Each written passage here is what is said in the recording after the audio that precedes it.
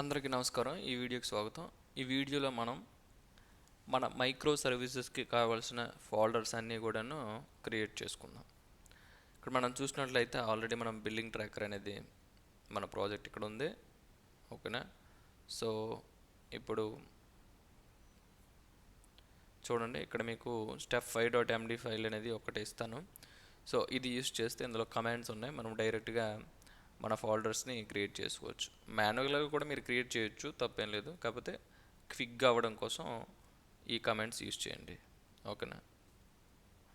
So ఈ command కానీ use చేసినట్లయితే మనకి చూడండి సర్వీసెస్ అనే ఫోల్డర్ క్రియేట్ అయింది. అందులో మనకి 6 ఫోల్డర్స్ అనేవి ఉన్నాయి. సో ఇవి మన ఈచ్ మైక్రో సర్వీసెస్కి సంబంధించిన ఫోల్డర్స్ అనమాట.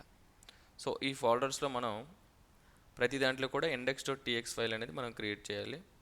ఓకేనా. సో అది మన మైక్రో సర్వీసెస్కి మెయిన్ స్టార్టింగ్ అనమాట. ల్యాండింగ్ ఫైల్ అంటారు దీన్ని, ల్యాండింగ్ ఫైల్ అనమాట. సో ఈ కమాండ్ మీరు పేస్ట్ చేయండి ఇక్కడ.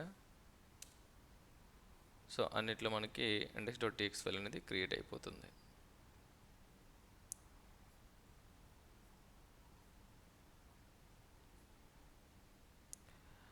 నెక్స్ట్ ప్రతి ప్రాజెక్ట్కి, ప్రతి మైక్రో సర్వీసెస్ కూడా దానికంటూ సపరేట్ ప్యాకేజ్.json అనేది ఉండాలి. ఎందుకంటే ఇది మైక్రో సర్వీసెస్ కాబట్టి దానికి ఉంటుంది అనమాట. It is like nuclear families.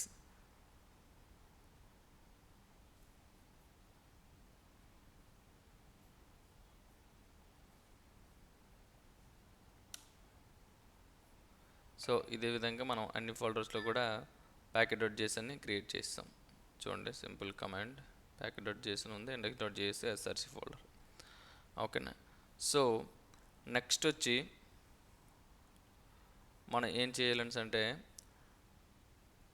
ఇక్కడ చూడండి టీఎస్ కాన్ఫిగ్ని మనం చేంజ్ చేయాలండి. టీఎస్ కాన్ఫిగ్ ఈ విధంగా ఇచ్చుకోవాలి.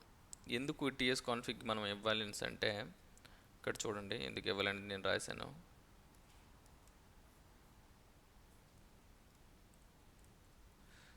సో టీఎస్ కాన్ఫిగ్ ఇస్తే మనకి ఏమవుతుంది అంటే చూడండి, టీఎస్ కాన్ఫిగ్లో ఈ ఆప్షన్ టార్గెట్ టీఎస్ 2020 అని ఉంది కదా, ఇది మోడర్న్ జావా స్క్రిప్ట్ టార్గెట్ కంపాటబుల్గా మనకి ఇస్తుంది అనమాట. AWS ల్యాంబ్డాకి నోడ్ చేసి రన్ టైంలో మనకు కావాలని అంటే మోడర్న్ జావా స్క్రిప్ట్ కంపాటబుల్ ఉండాలి. అందుకని ES 2020 ఇచ్చాం. అలాగే కామన్ JS. ఓకేనా. మనము అన్నీ రిక్వైర్డ్ చేస్తూ ఉంటాం కదా SDKs అన్నీ కూడాను. సో మనకి నేటివ్గా ఈ సపోర్ట్ ఉండదు, అందుకని మనం మాడ్యూల్ కామన్ JS అనే దాన్ని యాడ్ చేయాలి. అదేవిధంగా ES 2020 లిబ్ అని ఉంచాలా. ఇది ఏంటంటే మనకి మోడర్న్ జావా స్క్రిప్ట్ ఫీచర్స్ ఏవైతే promises, sync avoids, optional chaining, ఓకేనా, ఇవన్నిటి కోసం మనం దీన్ని యాడ్ చేస్తాం.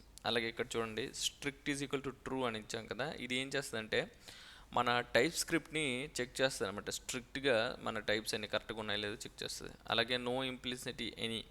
చూడండి ఎక్కడ పడితే అక్కడ చాలామంది ఎనీ అని రాసేస్తుంటారు, అలా రాయకూడదు అనమాట. జనరల్గా ఎనీ అని రాసిస్తే మరి టైప్ స్క్రిప్ట్ యూజ్ చేసినంతగా ఉపయోగం అనేది ఉండదు అనమాట. ఓకేనా. ఎనీ అంటే దేన్నైనా అలౌ చేస్తుంది. మళ్ళీ అంటప్పుడు టైప్ స్క్రిప్ట్ రాయడం ఎందుకు, జావా స్క్రిప్ట్ రాసుకుంటే సరిపోద్ది. సో అలా రాయకూడదు. బట్ ఇన్ రేర్ కండిషన్స్ రాస్తుంటాం. ఓకేనా. ఎందుకంటే మనం థర్డ్ పార్టీ APIs కానీ డిఫరెంట్ దాంట్లో టైప్స్ అని మనకు తెలియనప్పుడు అలా రాస్తాం. But it's not a good practice.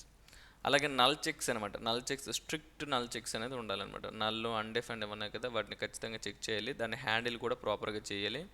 లేదంటే మనకి ఫంక్షనల్ ఎర్రర్స్ అనేవి వస్తాయి, రన్ టైంలో ఎర్రర్స్ వస్తాయి నల్ చెక్స్ కానీ అన్డిఫైన్డ్ కానీ మనం హ్యాండిల్ చేయకపోతే. అలాగే అన్యూజ్డ్ లోకల్స్ ఏవైతే యూజ్ చేయమో అవి మనం రాయకూడదు. చాలామంది ఫంక్షన్స్ వేరియబుల్స్ డిక్లేర్ చేసేస్తారు, రాస్తారు.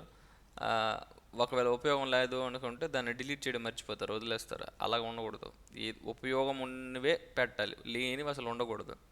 సో అది అన్యూజ్డ్ లోకల్స్ కానీ అన్యూజ్డ్ పారామీటర్స్ కానీ అసలు ఉండకుండా చూసుకోవడం కోసం ఇలాగా.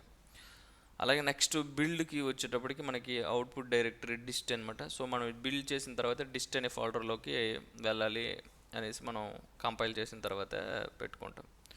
ఓకేనా. ఈ విధంగా మిగతా కూడా మీరు చెక్ చేయండి. అన్నీ ఇలా చెప్పుకుంటూ పోతే it's not good. I mean you can ఒక్కొక్క దాన్ని కూడా మీరు రీడ్ చేయగలుగుతారు. ఓకేనా. సో మనకి కొన్ని ప్రొడక్షన్కి అవసరం లేదు, ఏవైతే మనకి ప్రొడక్షన్కి అవసరం లేదు అవన్నీ ఎక్స్క్లూడ్లో మనం పెట్టుకుంటాం. నోడ్ మాడ్యూల్స్ కానీ డిస్ట్ కానీ టెస్ట్ ఫైల్స్ కానీ ఇవన్నీ ప్రొడక్షన్కి అవసరం లేదు. సో ఇలాగనమాట. సో ఈ విధంగా మీరు టైప్స్ ఇక్కడ మనకి కాన్ఫిగ్ ఏదైతే కాన్ఫిగరేషన్ ఉందో టీఎస్ కాన్ఫిగ్ దీన్ని మనం రీప్లేస్ చేసుకోవాలన్నమాట. కాపీ చేసుకోండి. ఇది డైరెక్ట్ రూట్ ఫోల్డర్లో చేస్తే సరిపోద్ది, ప్రతి సర్వీస్కి చేయాల్సిన అవసరం లేదు.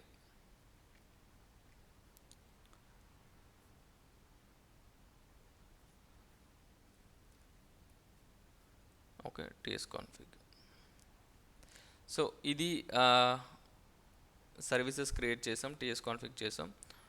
నెక్స్ట్ వీడియోలో ఏం చేస్తామనేసి అంటే మనం ఈ ప్యాకేజ్ డాట్ జేసన్ అన్ని ప్రతి మైక్రో సర్వీసెస్ కూడా దానికి సపరేట్గా మాడ్యూల్స్ అవసరం ఉంటాయి. లెట్ సపోజ్ ఆల్ సర్వీస్ తీసుకున్నట్లయితే దీనికి కాగ్నిట్ అవసరం ఉంటుంది.